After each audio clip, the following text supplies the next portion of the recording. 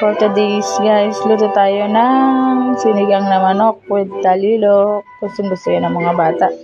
Favorite ni Kuya Aloy yan, sinigang na manok.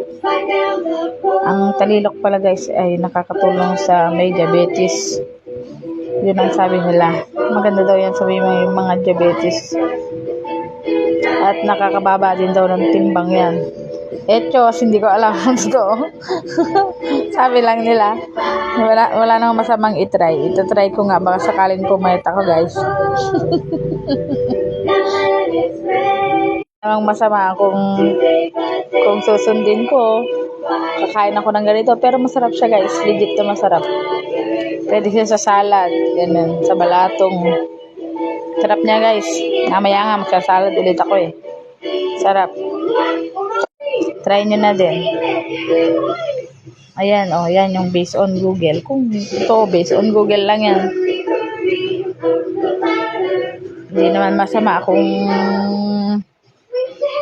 paniniwalaan natin. Wala din namang mawawala.